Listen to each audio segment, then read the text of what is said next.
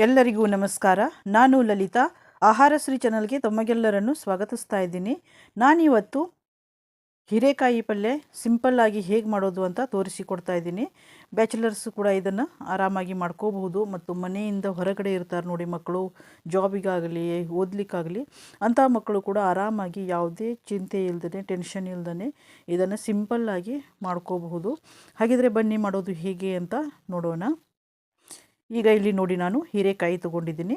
ಎಳೆ ಇರುವಂಥ ಹೀರೆಕಾಯಿನೇ ತೊಗೊಳ್ಳಿ, ಬಲ್ತಿರುವಂಥ ಹೀರೆಕಾಯಿನ ತೊಗೊಳ್ಳಿಕ್ಕೆ ಹೋಗಬೇಡಿ. ಮತ್ತು ಇದು ನಾರು ಏನು ಕಾಣಿಸ್ತಾ ಇದೆ ನೋಡಿ, ಇದನ್ನು ತೆಗಿಬೇಕು ನಾವು.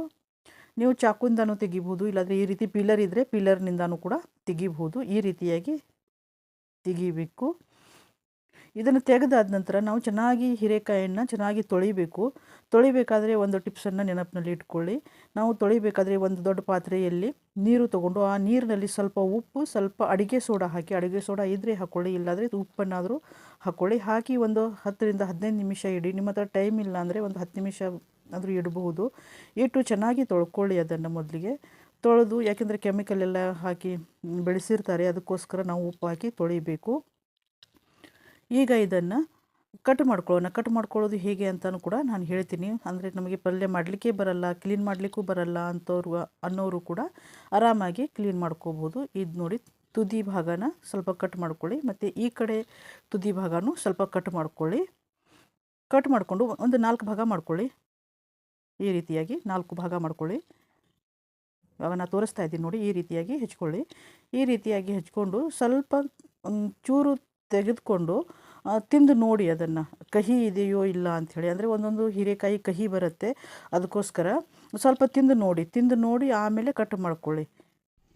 ಈ ರೀತಿಯಾಗಿ ಸಣ್ಣಗೆ ಕಟ್ ಮಾಡ್ಕೊಳ್ಳಿ. ಇವಾಗ ನೋಡಿ, ನಾನು ಕಟ್ ಮಾಡ್ತಾ ಇದ್ದೀನಿ. ಈ ರೀತಿಯಾಗಿ ಸಣ್ಣಗೆ ಕಟ್ ಮಾಡಿ.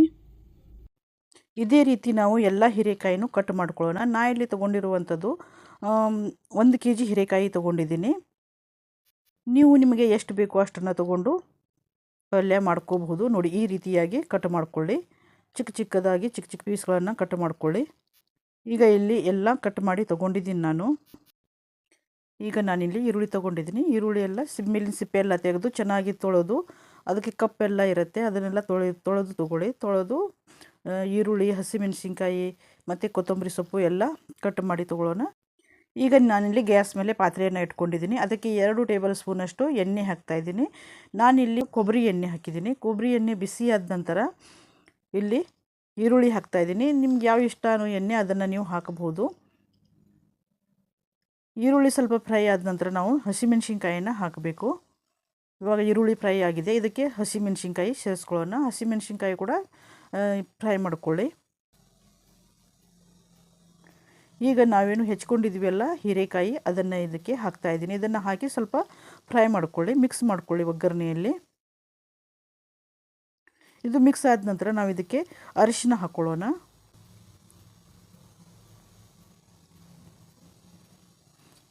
ರುಚಿಗೆ ತಕ್ಕಷ್ಟು ಉಪ್ಪನ್ನು ಯಾವಾಗಲೂ ನೀವು ಸ್ವಲ್ಪನೇ ಸೇರಿಸ್ಕೊಳ್ಳಿ, ಹೆಚ್ಚು ಹಾಕ್ಲಿಕ್ಕೆ ಹೋಗಬೇಡಿ. ಬೇಕು ಅಂತ ಅನಿಸಿದರೆ ಆಮೇಲೆ ನೀವು ಉಪ್ಪನ್ನು ಹಾಕಬಹುದು. ಉಪ್ಪು ಹೆಚ್ಚಾಯಿತು ಅಂದರೆ ತೆಗಿಲಿಕ್ಕಾಗಲ್ಲ, ಅದು ಉಪ್ಪಿತ್ತಂದರೆ ತಿನ್ನಲಿಕ್ಕೂ ಕೂಡ ಚೆನ್ನಾಗಿರಲ್ಲ. ಈಗ ಇದಕ್ಕೆ ನಾನು ಒಂದು 10ರಿಂದ 15 ನಿಮಿಷ ನಾನು ತೊಗರಿಬೇಳೆಯನ್ನು ನೆನೆಸಿಟ್ಟಿದ್ದೆ, ಅದನ್ನು ಇಲ್ಲಿ ಹಾಕ್ಕೊಳ್ಳೋಣ. ನಿಮಗೆ ಯಾವ ಬೇಳೆ ಇಷ್ಟನೋ ಅದನ್ನು ನೀವು ಹಾಕ್ಬೋದು. ಹೆಸರು ಬೇಳೆ, ಮಸೂರು ದಾಲ್ ಅಂತ ಬರುತ್ತೆ ನೋಡಿ, ಅದು ಯಾವ್ದು ಬೇಕಾದ್ರೂ ನೀವು ಹಾಕ್ಬೋದು. ಇಲ್ಲಿ ನಾನು ತೊಗರಿಬೇಳೆ ಹಾಕ್ತಾಯಿದ್ದೀನಿ. ತೊಗರಿಬೇಳೆ ಹಾಕಿ ಮಿಕ್ಸ್ ಮಾಡಿ ಇದರ ಮೇಲೆ ಒಂದು ಪ್ಲೇಟನ್ನು ಮುಚ್ಚಿ ನೀವು ಹಾಗೆಯೇ ಇಟ್ಬಿಡಿ. ತಂತಾನೆ ನೀರು ಬಿಡುತ್ತೆ, ಹೀರೆಕಾಯಿಗೆ ತಂತಾನೆ ನೀರು ಬಿಡುತ್ತೆ. ಮೇಲಿಂದ ನೀರು ಹಾಕೋ ಅವಶ್ಯಕತೆ ಇಲ್ಲ. ಅಕಸ್ಮಾತ್ ನೀರು ಬಿಡಲಿಲ್ಲ ಅಂದರೆ ಒಂದು ಚಿಕ್ಕ ಲೋಟದಷ್ಟು ನೀವು ನೀರನ್ನು ಹಾಕಬಹುದು. ಈಗ ಇದರ ಮೇಲೆ ಪ್ಲೇಟನ್ನು ಮುಚ್ಚಿ ನೀವು ನೋಡ್ಬೋದು, ಇಲ್ಲಿ ನೀರು ಬಿಟ್ಕೊಂಡಿದೆ ನೋಡಿ, ಇನ್ನೂ ಕೂಡ ನೀರು ಬಿಟ್ಕೊಳ್ಳುತ್ತೆ ಇದಕ್ಕೆ. ಈಗ ಮುಚ್ಚಿಡಿ, ನೀವು ಚೆನ್ನಾಗಿ ಒಂದು 5 ನಿಮಿಷನಾದರೂ ಮುಚ್ಚಿಡಿ. ಇವಾಗ ಇಲ್ಲಿ ನೀವು ನೋಡ್ಬೋದು, ನೀರು ನೋಡಿ ಎಷ್ಟು ಬಿಟ್ಕೊಂಡಿದೆ.